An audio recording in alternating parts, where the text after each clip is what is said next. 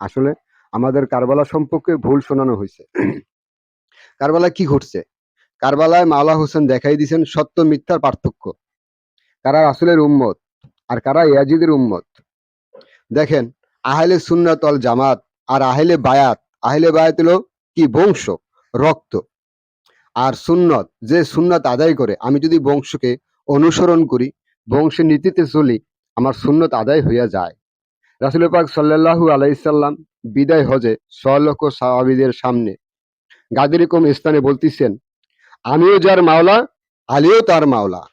আমার পরে আলী সমস্ত মুমিন মুমিনাতের অভিভাবক গার্জিয়ান। আবার বললেন, আল্লাহ বলতেছে আমার রাসূলকে, হে আমার হাবিব, আপনি বলিয়া দিন, আপনি বলিয়া দিন। কি বলবো? আপনার কম জাতিকে আমার আহলে বায়াতের ভালোবাসার বিনিময়ে আর কিছু চাই না। আমার আমার বংশের প্রতি যে ভালোবাসা যে রাখবে, তার বিনিময়ে আমি আর কিছু চাই না। তাই মহব্বত, ভালোবাসাটা হলো বড় জিনিস। এই জায়গায় এবাদত আমল কিন্তু বড় জিনিস দেখায় নাই। যদি রাসূলকে তারা ভালোবাসতো, তাহলে কারবালার ময়দানে রাসূলের পরিবারকে হত্যা করতে পারতো না। সেই ইয়াজিদের বংশেরা এই মসজিদে বৈশা এই হোসেন বিরোধী স্লোগান দেয়। যারা হোসেনকে ভালোবাসে তাদের শিয়া বলে আখ্যা দেয়। শিয়া মানে কি? অনুসরণ। যে অনুসরণ করে তাকে বলে শিয়া।